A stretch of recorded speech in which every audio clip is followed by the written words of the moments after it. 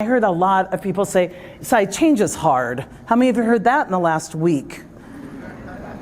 So I said, well, wait a minute. If the variable is change and change is what's hard, it should be equally hard for everyone. When we say change is hard, I began to question that because I didn't see it being equally hard for everyone. I found out from my research that change is really only hard for the unready. That readiness is the key metric that determines how hard change is.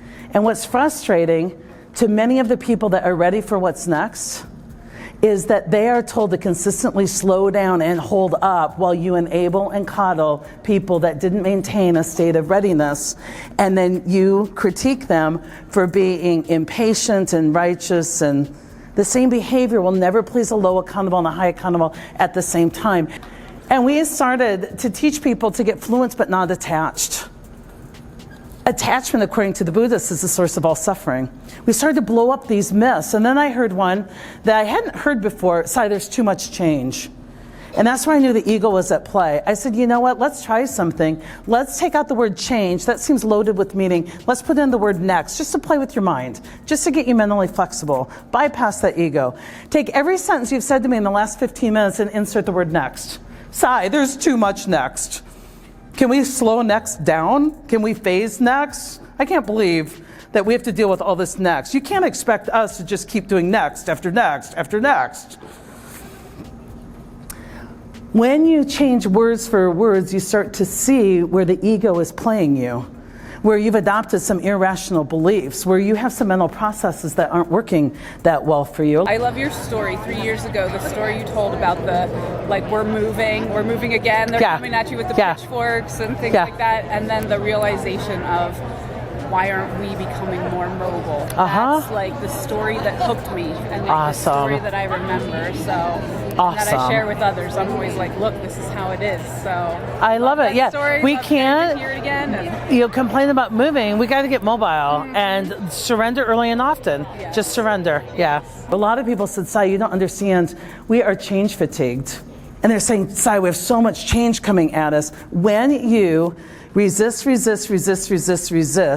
the organization becomes the thruster of change, and then you get to remain the victim that all of this is being done to you while denying the fact that you didn't upgrade on your daily jobs.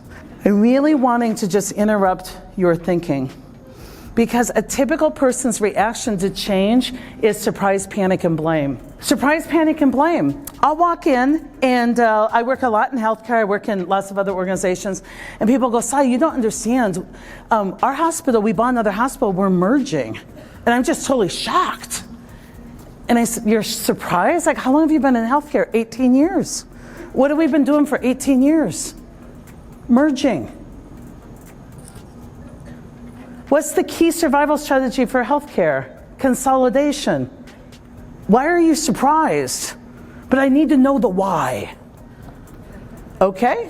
You get we want to stay open. Yes. And you just told me you knew the main strategy was consolidation. Yes. That's it. That's the why. But we weren't consulted. Yeah, your PhD isn't in population health with behavior economics and figuring out the cost ratio to how many patients we have to cover in order to stay viable as a system, given the next 12 reimbursement methodologies that could come our way depending on the election. And we didn't call you. Nor will we call you. But I should have been consulted. It's not about that, but how many people go through chronic shock syndrome? If you find yourself shocked at work by changes coming your way, it's a sign you're not staying ready. You should be able to have something coming your way and go, saw that coming. HR, people are like, Sai, we're centralizing, we're going to like a computerized call system. I go, a little late. That would be, are you doing HR the expensive way? Like, what are you not doing? And I say this because we got to get out of this chronic shock syndrome. And I want you to start identifying how you enable it with folks. He goes, Sai, you actually believe people get hurt falling? And I'm pretty sure they do. And he goes, Sai, people don't get hurt falling, they get hurt resisting falling. So I started to think maybe people don't get hurt from change, they get hurt resisting change. And most of the time, change isn't optional, but we spend times getting hurt. And the reason we resist change, folks, is the work of the ego.